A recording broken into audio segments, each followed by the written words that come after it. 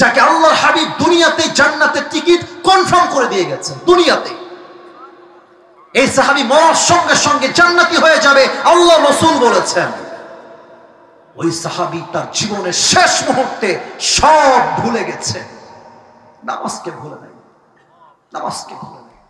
আজকালকার যুবকরা যারা এসেছো, তোমরা আমার কথা রাগ করো না। যুবকরা 3টা 4টা পর্যন্ত জাস্ট চ্যাটিং করে গার্লফ্রেন্ডের সাথে, 3টা 4টা পর্যন্ত।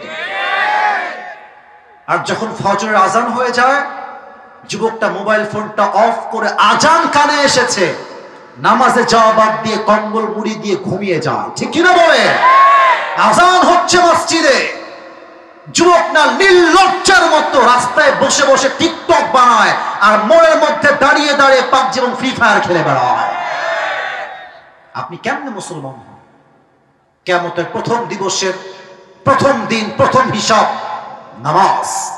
আল্লাহ সবাইকে নামাজি হওয়ার তৌফিক দান করুন। পড়েন সবাই আমিন।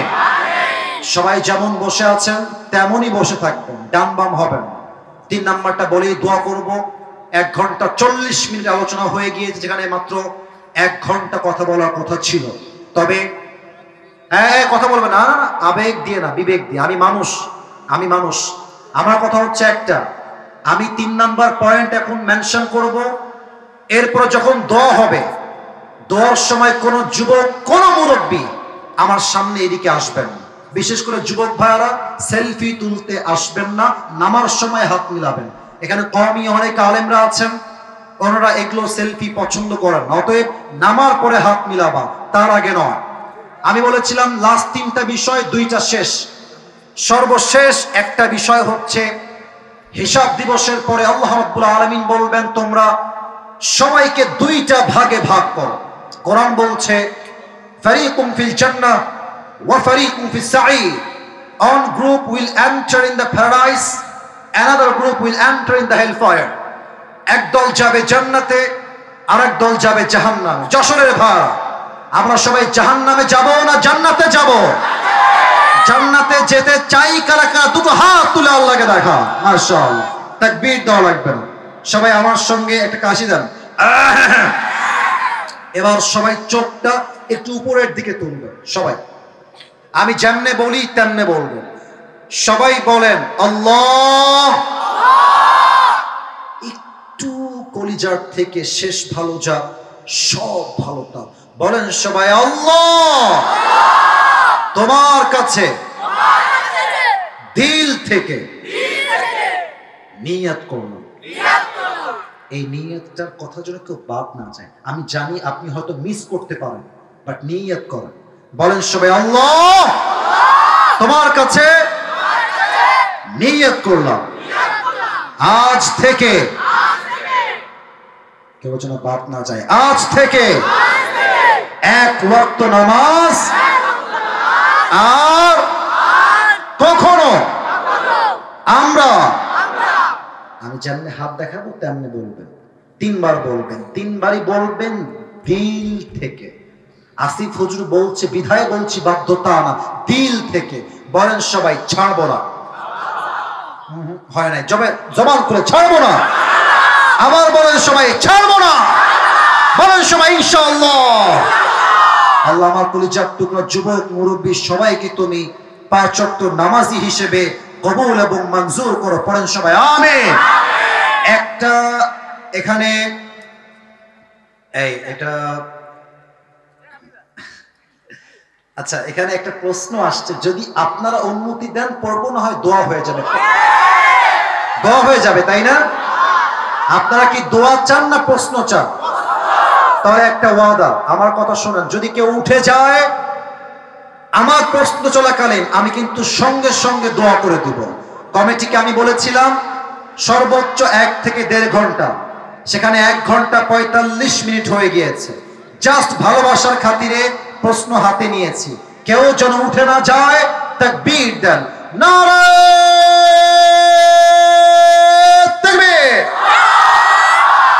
আচ্ছা, প্রশ্নটা পড়ার চেষ্টা করছি। আসসালামু আলাইকুম। ওয়ালাইকুম আসসালাম। প্রিয় হুজুর, আমরা আপনার অনেক ভক্তবৃন্দ একটি বিষয় জানতে চাই।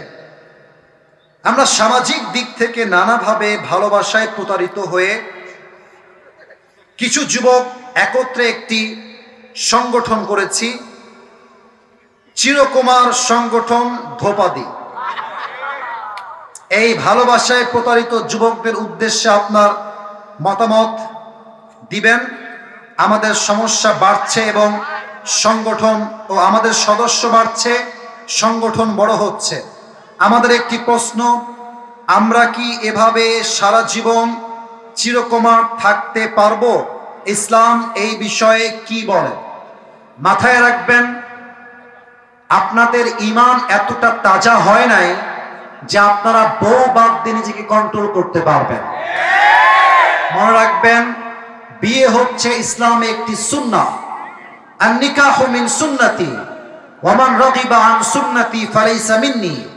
আল্লাহর হাবিব বলেছেন, বিয়ে হচ্ছে আমার একটা সুন্নাহ, যে আমার সুন্নাহ থেকে মুখ ফিরিয়ে নেয় সে আমার উম্মতের অন্তর্ভুক্ত হতে পারে না। তবে তোমরা একটা কথা ঠিকই লিখেছো, মেয়েরা বেশিরভাগ ক্ষেত্রে ধোঁকা দেওয়ায় খুবই এক্সপার্ট। আমি জানি না যে মেয়েরা কেন এটা করে। আমি যুবকদেরকে ধোয়া তুলসী পাতা বলবো না, তবে আমি এতটুকু বলবো, যুবকদের চাইতে কমপক্ষে 30% মেয়েরাই বেশি চিটিং করে যুবক ভাই। কারণ হলো, মেয়েরা, অনেক মুরব্বীরা আছেন, আমার মায়েরা আমার কথা শুনছেন, বোনেরাও শুনছেন, আমি সবাইকে বলবো, with due respect, I am your well wisher. আমি আপনার কল্যাণকামী বোন, আমি আপনার শত্রু নই। আমার কথা একটু বুঝবেন। মেয়েরা ভাবে জামাইয়ের কাছে টাকা থাকলেই মনে হয় সুখ পাওয়া যাবে, এজন্য হাজার হাজার লাখো মেয়ে জাস্ট টাকার লোভে নিজের পছন্দের যুবককে বাদ দিয়ে টাকলার সঙ্গে বিয়ের পিড়িতে বসে যায়। আর একটা কথা আমি মেয়েদেরকে বলতে চাই, আপনার বয়স মাত্র 19, মাত্র 20, আপনি আমার কলিজার টুকরা যুবককে ছ্যাঁকা দিয়ে ব্যাকা করে টাকলার সঙ্গে বিয়ের পিড়িতে বসবেন, আপনি জীবনে সব পাবেন, মনের শান্তি আপনি কোথাও খুঁজে পাবেন না। এন্ড থার্ড কথা, যারা এই সংগঠন করছো, আজ তোমাদের সংগঠনকে তোমরা ভেঙে ফেলবা। ইসলামে কোনো বৈরাগিতা নাই, ইসলামে এই সমস্ত চিরকুমার সংগঠন নয়। ইসলাম শেখায় তোমার চরিত্র রক্ষার জন্য তোমাকে প্রথম কাজ বিয়ের পিড়িতে বসতে হবে।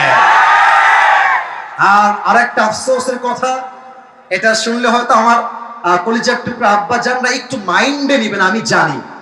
আমি নিজেও তো একজন যুবক, আমি খুব খেয়াল করেছি বিয়ের সময় মেয়ের বাবা যুবকের তাকওয়া, চরিত্র, দাড়ি এবং নামাজের চাইতে এইটাকে সবচেয়ে বেশি গুরুত্ব আরোপ করে। আমার তো মনে হয় যে কোনো মেয়ের বাপ প্রথমে জিজ্ঞাসা করে বসবে, বাবা সব বাদ দাও, পহলে ইয়ে বাতাও कि तुम कितने पैसे कमाते हो। আর কিছু মেয়ের বাবা মনে করেন যে মেয়েকে যদি আমি টাকাওয়ালার সঙ্গে বিয়ে দেই আমার মেয়েটা চির সুখী হয়ে যাবে। ভুল ধারণা। বিয়ের ক্ষেত্রে একজন প্রতিষ্ঠিত যুবকের চাইতে একজন বেকার যুবক হাজার গুণ বেশি উত্তম। আপনি বলবেন, হুজুর আমি আপনার কথা মানি না। কেন মানবেন? আমার কথা শোনেন। যারা প্রতিষ্ঠিত হয়ে বিয়ে করে তাদের একটা টাকার গৌরব থাকে, অহংকার থাকে, এজন্য তারা মাঝে মাঝে বউকে সস্তা পণ্য মনে করে।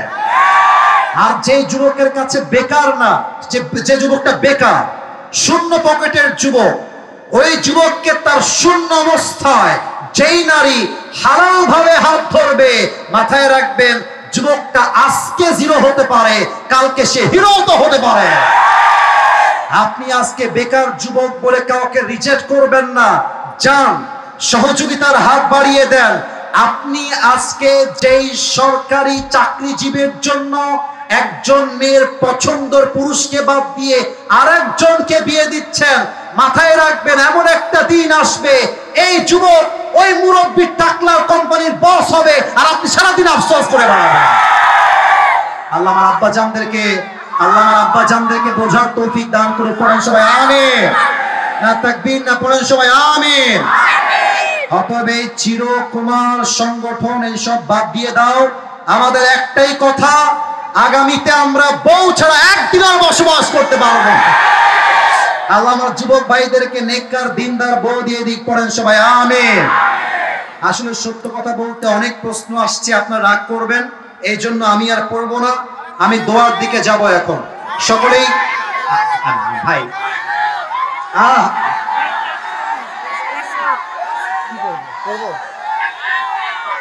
আচ্ছা দাঁড়াও দাঁড়াও দাঁড়াও দাঁড়াও দাঁড়াও দাঁড়াও দাঁড়াও দাঁড়াও না স্যার, আপনারা কি বলছেন আমি পড়বো?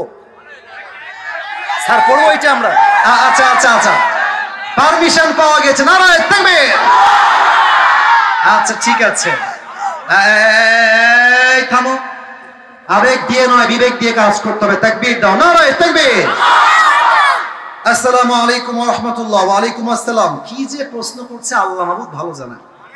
হুজুর কিভাবে যে লিখি, কেমনে লিখি, আমার বিয়ের বয়স পার হতে যাচ্ছে, এইদিকে আমার পড়ালেখা শেষ হতে যাচ্ছে, বাসায় বিবাহের কথা বলতে পারি না লজ্জায়, বাসায় শুধু একটুতেই বলে যে আমার এই বান্ধবীর বিয়ে, ও বান্ধবীর বিয়ে, এমন কথা বলার পরও আমার বিয়ের ব্যাপারে বাসায় কারো কোনো মাথা ব্যথা নেই। এই ব্যাপারে আপনি কিছু বলুন। এটা আমার একজন লিখেছেন, ধোপাদি গ্রামের একেবারেই অসহায় একজন যুবতী নারী, আমার বোন প্রশ্ন করেছেন। এটা অবশ্যই পড়তে হবে, সবাই পড়েন আলহামদুলিল্লাহ।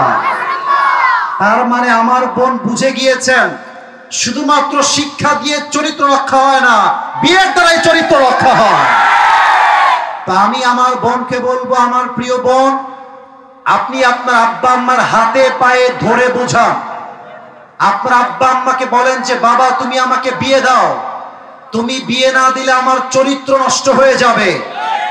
যদি আপনার চরিত্র নষ্ট হচ্ছে দেখার পরেও, এই কথা যুবকদের জন্য বলছি এবং বাধ্য হয়ে বলছি, যদি তুমি দেখো তোমার বাপ মা দেখছে তুমি জেনায় জড়াচ্ছ, তোমার বাপ মা দেখছে তুমি হারাম প্রেম করছো, তবুও তোমাকে বিয়ের জন্য রাজি হচ্ছে না, সেই ক্ষেত্রে আমি আসিফ হুজুর বলে গেলাম, এখানে বাপ মায়ের মতের চাইতে বিয়েটা 1000 গুণ বেশি উত্তম হয়ে যাবে। কারণ আমি আমার বাপের কথা শুনতে গিয়ে জেনায় জড়াতে পারবো না। কিয়ামতের দিন আমার আব্বা আমার বিপক্ষে চলে যাবে, আর আমি আমার জেনার জন্য জাহান্নামে প্রবেশ করব, ঠিক কি না? এজন্য আমার প্রিয় বোন, আব্বা আম্মাকে বুঝান, আলেম ওলামা নিয়ে যান, আব্বা আম্মাকে বলতে বলেন বিয়ে দিলে দিবে, নয় পছন্দের পুরুষকে বিয়ে করে বাড়িতে চলে যাবে একেবারে। আমরা হারাম চাই না, আল্লাহর জমিনে আমরা হালাল নিয়ে বাঁচতে চাই।